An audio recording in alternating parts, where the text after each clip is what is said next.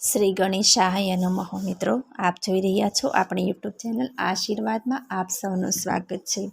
આજે આપણે આ વિડીયોમાં સાંભળીશું શીતળા સાતમની વ્રત કથા તથા વ્રત વિધિ વિશે આજે આપણે આ વિડીયોમાં સાંભળીશું। જો આપને મારો વિડીયો પસંદ આવે તો લાઈક કરજો, શેર કરજો અને પહેલી વાર જો આ વિડીયો આ ચેનલમાં જોઈ રહ્યા હોય તો સબસ્ક્રાઈબ કરજો, જેથી મારા નવા વિડીયોની માહિતી તુરંત આપ સુધી પહોંચે। શ્રાવણ વદ સાતમના દિવસે સૌભાગ્યવતી સ્ત્રીઓ આ વ્રત કરે છે। વ્રત કરનારે સવારે વહેલા ઉઠીને ઠંડા પાણીથી સ્નાન કરે છે। આખો દિવસ રાંધણછટનું રાંધેલું ટાઢું ખાય। એ દિવસે ચૂલો સળગાવવો નહીં। ઘીનો દીવો કરી શીતળામાની વાર્તા સાંભળવી। એક ગામમાં ડોશીમાં પોતાના 2 દીકરા વહુઓ સાથે રહેતા હતા। તેમાં મોટી વહુ ભારે અદેખી અને નાની વહુ સીધી સાધી હતી। બંને દેરાણી જેઠાણીને એક દીકરો હતો। રાંધણછટનો દિવસ આવ્યો। નાની વહુ શીતળા સાતમનું વ્રત કરવા માટે રાંધણછટને દિવસે રાંધવા બેઠી કે જેથી બીજે દિવસે ટાઢું જમી શકાય। એનો છોકરો ઘોડિયામાં સૂતો હતો। નાની વહુને રાંધતા રાંધતા મધરાત થઈ ગઈ, તોય હજી રાંધવાનું બાકી હતું। એટલામાં છોકરો રડવા લાગ્યો, એટલે નાની વહુએ રાંધવાનું પડતું મૂકીને છોકરા પાસે ગઈ અને આડે પડખે સૂતા સૂતા છોકરાને ધવડાવવા લાગી કે ધવડાવતા ધવડાવતા તેની આંખ મળી ગઈ અને તે સૂઈ ગઈ। રસોડામાં ચૂલો સળગતો રહ્યો।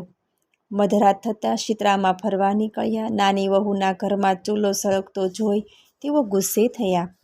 તેમાં આળોટ્યા અને દાઝ્યા। તેમને શ્રાપ આપ્યો કે જેવું મારું શરીર બળ્યું છે એવું તારું પેટ બળજો। શીતળામાં તો શાપ આપીને ચાલ્યા ગયા। નાનું વહુએ સવારે ઉઠીને જોયું તો પોતાના પડખામાં સૂતેલો બાળક બળીને ભડતું થઈ ગયો હતો। તેને પોતાની ભૂલ સમજાય। તેને લાગ્યું નક્કી શીતળામાં કોપાયમાન થયા છે। આથી તે રડવા લાગી અને માથું કૂટવા લાગી અને રડતી સાંભળતી તેની જેઠાણી અને સાસુ દોડતા આવ્યા અને ત્યાં આવી પહોંચ્યા। તેઓ છોકરાને જોઈ બોલ્યા, અલી નાની વહુ, રાતે તો ચૂલો સળગતો મૂકીને સૂઈ ગઈ હશે, તેથી જ શીતળામાં તારા પર કોપાયમાન થયા છે। તું તારા છોકરાને લઈને શીતળામાની દેરી પાસે જા અને તારી ભૂલ બદલ ભૂલ કબૂલ કરીને તેની માફી માગ। માં તારી ઉપર દયા કરશે। માં તો ખૂબ જ દયાળુ છે। નાની વહુ તો છોકરાને ટોપલામાં નાખી ચાલી નીકળી। રસ્તામાં એક તળાવ આવ્યું। નાની વહુ તળાવ પાસે ટોપલો ઉતારી તળાવમાંથી પાણી પીવા ગઈ કે તળાવમાંથી અવાજ આવ્યો, બાઈ, તું આ તળાવનું પાણી પીશ તો મરી જઈશ। તું શા માટે રડે છે એ તો કહે।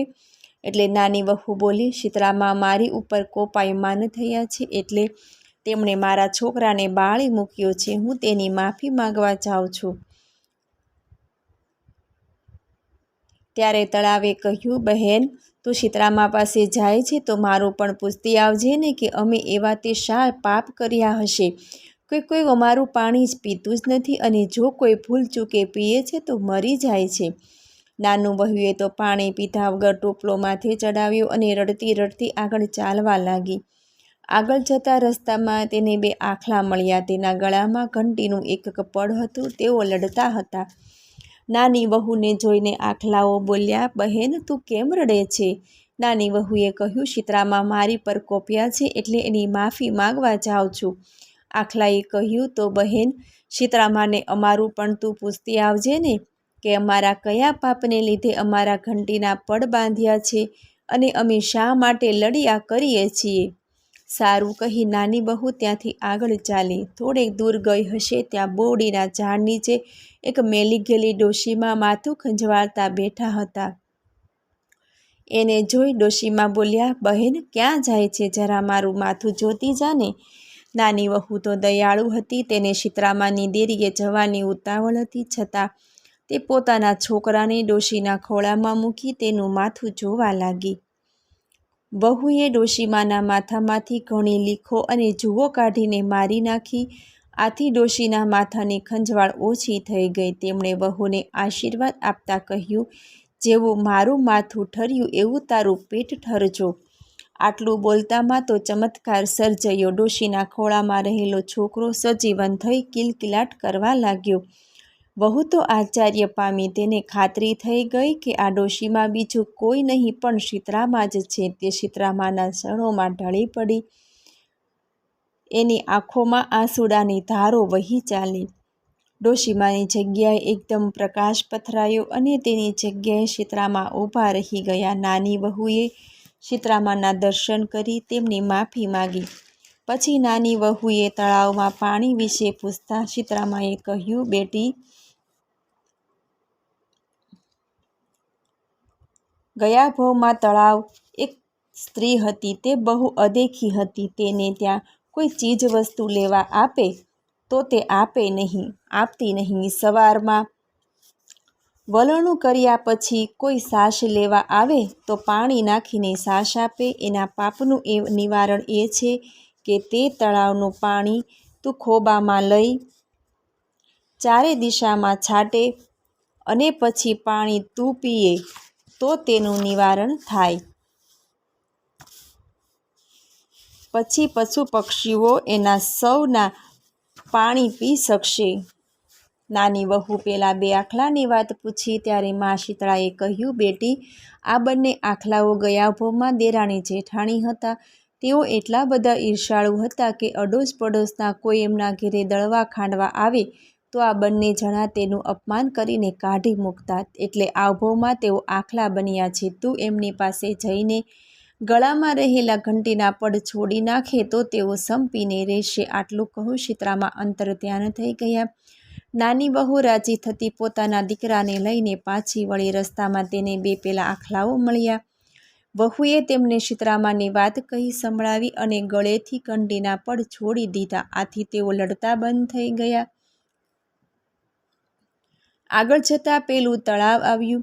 વહુ તળાવ પાસે આવી શીતળામાને વાત કહી સંભળાવી. પછી તેમના શાપનું નિવારણ માટે તળાવમાંથી ખોબો ભરી પાણી લઈ ચારે દિશાઓમાં છાંટ્યું. પછી તે તળાવનું પાણી પોતે પીધું. ત્યાં તો ચારે દિશાઓમાંથી પક્ષીઓ પાણી પીવા માટે આવવા માંડ્યા. પણ નાની વહુ છોકરાને લઈને પોતાને ઘેર આવી. ઘેર આવીને તેણે પોતાના છોકરાને સાસુમાના ખોળામાં મૂકી દીધો. સાસુમા, ઓ સાસુમા, શીતળામાના મન ઠર્યા, અમારા પેટ ઠર્યા. માએ અમને વહાલ કર્યા, નાના બાળ જીવતા કર્યા. શીતળામા વ્રત અમને ફળ્યા. સાસુમા તો છોકરાને સજીવન થોઈ રાજી રાજી થઈ ગયા. પરંતુ અદેખી જેઠાણીને આ ગમ્યું નહીં. સાસુએ પૂછ્યું, વહુ બેટા, આ બધું કેવી રીતે બન્યું? ત્યારે નાની વહુએ તેને સઘળી હકીકત જણાવી. બીજા શ્રાવણ માસમાં રાંધણ છઠ આવી એટલે જેઠાણીને થયું કે હું પણ દેરાણી જેવું કરું. આથી મને પણ શીતળામાના દર્શન થશે. રાંધણ છઠને દિવસે જેઠાણી જાણી જોઈને ચૂલો સળગતો મૂકી સૂઈ ગઈ. અધરાત થતાં શીતળામા ફરવા નીકળ્યા. તેઓ જેવા ચૂલામાં આલોટ્યા કે દાઝ્યા એટલે શીતળામાએ જેઠાણીને શાપ આપ્યો કે જેણે મારું મન બાળી છે તેનું અંતર બળજો. બીજે દિવસે સવારે ઉઠીને જેઠાણીએ ઘોડિયામાં જોયું તો છોકરો બળીને ભડથું થઈ ગયો હતો. આ બનાવથી જેઠાણી દુઃખી થવાને બદલે રાજી થઈ ગઈ. તે દેરાણીની માફક છોકરાને ટોપલામાં નાખી ચાલવા લાગી. રસ્તામાં તેને પેલું તળાવ મળ્યું. જેઠાણી પણ ટોપલો નીચે મૂકી પાણી પીવા ગઈ. ત્યાં એક અવાજ આવ્યો, પાણી પીશ નહીં, નહીંતર તું મરી જઈશ. જેઠાણીએ પાણી પીધું નહીં એટલે તળાવે કહ્યું, બહેન, તું ક્યાં જાય છે? જેઠાણીએ સણકો કરીને કહ્યું, હું ગમે ત્યાં જાઉં, તારે શી પંચાત? આમ કહી તે પાણી પીધા વગર ચાલતી થઈ. આગળ જતાં બે આખલા મળ્યા. તેમણે પણ જેઠાણીને કહ્યું, બહેન, તું ક્યાં જાય છે? આ સાંભળી જેઠાણી ગુસ્સે થઈ ગઈ અને મોં મચકોડતા બોલી, હું ગમે ત્યાં જાઉં, તમારી શી પંચાત? આ સાંભળી આખલા કંઈ બોલ્યા નહીં અને જેઠાણી તો ટોપલો લઈને આગળ ચાલી નીકળી. આગળ જતાં રસ્તામાં પેલી મેલી ગયેલી ડોશી મળી. તે માથું ખંજવાળતી હતી. એણે જેઠાણીને કહ્યું, બહેન, મારું માથું જરા તું જોઈ આપને. આ સાંભળી જેઠાણી બોલી, હું કાંઈ તારા જેવી નવરું છું કે હું તને માથું જોઈ આપ? હું તો શીતળામાની શોધમાં જાઉં છું. આમ કહી તે ચાલી નીકળી. તે રસ્તાને લઈને ખૂબ જ રૂખડી, પણ ક્યાંય શીતળામાનો ભેટો ન થયો. આખરે તે કંટાળીને મરેલા છોકરાને લઈ પાછી વળી. દેરાણી ભક્તિભાવવાળી અને દયાળુ હતી તેથી તે સુખી થઈ. જેઠાણી તેના સ્વભાવને લીધે દીકરો ખોઈ બેઠી. હે શીતળામાં, તમે જેવા દેરાણીને ફળ્યા તેવા તમારી ભક્તિ કરનાર સૌને ફળજો અને આ કથા વાંચનાર સાંભળનાર સૌને ફળજો. બોલો દશા માત કી જય. મને સાંભળવા બદલ ધન્યવાદ. જો આપને મારો વિડીયો પસંદ આવે તો લાઈક કરજો, શેર કરજો અને પહેલીવાર જો આ વિડીયો આ ચેનલમાં જોઈ રહ્યા હોય તો સબસ્ક્રાઈબ કરજો, જેથી મારા નવા વિડીયોની માહિતી તુરંત આપ સુધી પહોંચે. ધન્યવાદ. જય શ્રી કૃષ્ણ.